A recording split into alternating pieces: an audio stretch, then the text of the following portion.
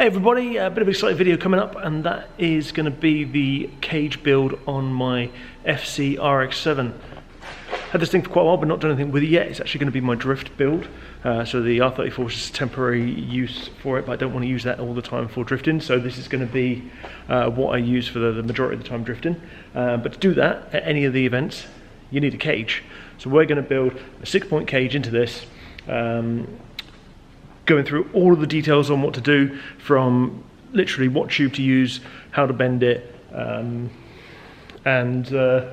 making it up from there. So as you can see, Ollie and I have already started stripping out the dash. We're going to strip out the rest of the interior today, and that'll give us a nice base start to put down some base boxes, not like subwoofers, some box sections for it to mount off of and work out where everything's going to go. But before all of that, I need to mount in the bucket seats, the fixed bucket seats that are going in, and work out the positions for those.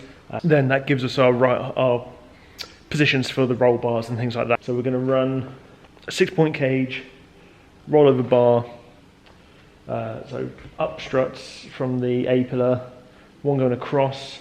We might have sort of a cross section in the middle just to do with what sort of roof's going to go on it.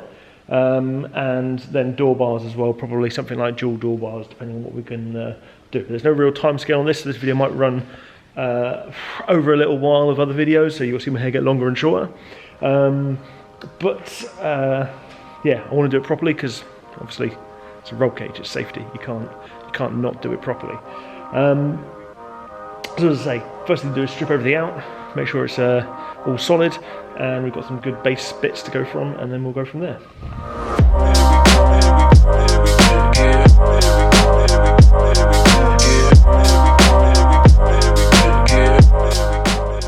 Okay, so a bit more of the interior out, and this is the bit which is kind of make or break really, in looking underneath the carpet and seeing what the condition of the floor is like. I mean, it looks right from the bottom, but I did notice as I started to lift some stuff,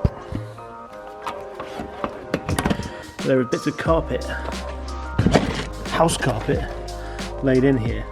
Now, we're looking okay there. We're looking all right there. So let's pull the rest of this up and see what we're left with. Hey everybody, we are back up at the unit. And as you've seen from the previous videos, I've been working at home during the COVID. Let's do a celebratory kickflip.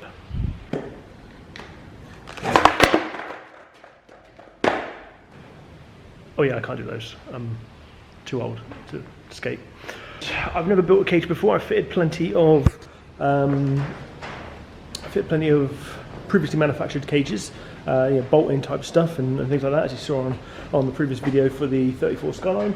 But I've never actually fabbed one up completely from scratch. So my way of thinking, my logic was that we would get the seats mounted in first, because the frame must have to sit around the seats. It's all to do with protecting the driver and the passenger. So I've got these two seats here, which are old bride seats. So that one over there is a Zeta, I'm pretty sure. This one over here, I can't remember, it begins with an A, but it's the one where one side of it is bigger than the other on there. And I guess that's for clearance room. So I've picked up these universal seat mounts. So we're going to bolt those up and sit it in place and see what sort of stuff we need to do to fabricate a mount for this to sit on. So if you see, so literally just sat in here. Down here at the moment we've got two turrets that go across. What we're going to look at is whether we can utilise those or whether we have to do something else with it. If you see on the driver's side, there's more of a cutout, which I should imagine it's for the starter and things like that, and a few extra bits in the exhaust on that side.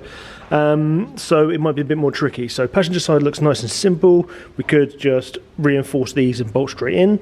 The passenger side, we might have to do something with the mount or the plates over there. But let's get them bolted up and have a little look. Beautiful selection of cars in the unit today. Okay, so the seat is in place, just sitting on the makeshift base at the moment. So what I've done, I've cut this 3mm steel, and I've used the brake just to make a bend at the front, and those will be welded all the way around at the front, at the sides here, at the back, or onto the back brace, and also right at the back here, where it will sit down onto the floor. What I will do before it's welded down is put some captive nuts in the places where the seat mount will bolt down, so you can just put the frames in place, bolt them down, sit the seat in, and do it up both sides. So a couple of bits I need to do, which is to grind out the areas at the back here and get that all in place. Then I will start doing the other side and get the other side metal done up before we start cutting anything. What I'm thinking maybe is that the other side I might need to just notch this brace just so the seat can sit further back. Just depends on my seating position and where I need it to sit. So I just might need just a little bit more room back, but the other seat actually sits at a different angle anyway, because it's meant for a driver's seat. So this is the first one test bolted down to the plate. I haven't welded it in because actually I'm out of gas on the welder, but the plates are sat roughly in the position they're going to be, and I've bolted it all down and bolted it to the side of the chair, and that's quite a nice seating position. What I'm going to do, so this was the easier side because we had pretty level surfacing. If you see on the other side here, there's an extra part to the tunnel here, so we're going to need to make a plate that sort of goes around that. You can see I've got one sat in there that's not held in place at all at the moment. So we'll lift that chair out and start having a look at that side. Check out this quarantine here, it's going well. Right, so I have made up the plates for both sides, and here is one for the driver's side. It's quite a particular shape. This is where I've cut around with a bolt for the mechanism that opens the boot and the fuel lid go, and just notched it to right there. Notched for the back bit as well, where it meets the frame. That one sort of sits as a U, and I'll put a support in the middle to hold it in place as well. Front one all done there, and you can see what I've done is, you see I've marked up the hole of where the frame sits onto it. Now for the passenger side, I've just gone front and back hole because that doesn't need to move. I'm not going to need to adjust that for anyone else driving it. But for the driver's side, I've gone, hang on, this goes that way.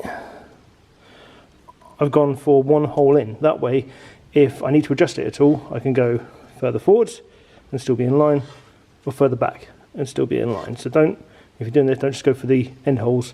If you want some adjustment, you can do either of these two, will sort you out. So, you can see on the passenger side, I've already burnt in a captive bolt on the far side, captive nut should I say, on the far side. Did that using the TIG welder, and just had a bolt through the nut, gravity holding it in place, and burn that in, and then that then can bolt straight down to this. And once I've welded this in place, I can then just undo these threads without having to worry about all the stuff underneath. And of course I'll seam seal everything and paint it all up once it's done. Okay, so both seat mounts are roughly sat in place. You can see I've marked up. Now this one I've cleared and brightened up all the metalwork around where it's going to sit, so I will start tacking that in place right now. The other one I've just sat in place and marked it with pen, so I'm going to clear that up in a second. So first thing to do is get this one all settled in there.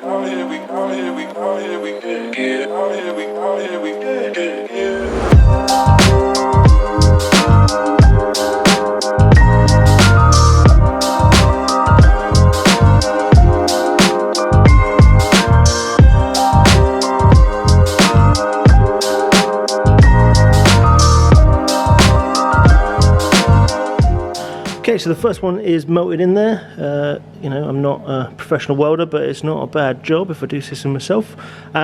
So next thing to do is to get the frame actually bolted down and make sure all our line up and everything still fits.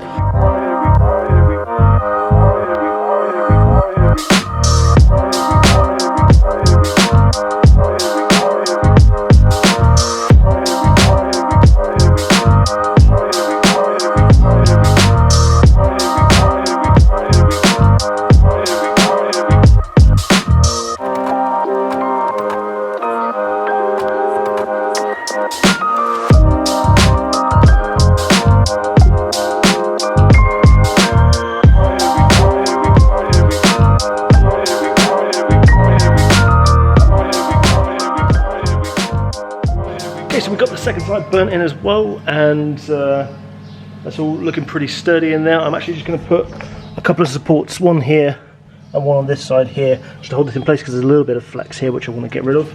But other than that, all looking pretty good. So I think it's time to trial fit the seat back in, make sure all our positions are right, make sure our mountings are right, and then we should be done.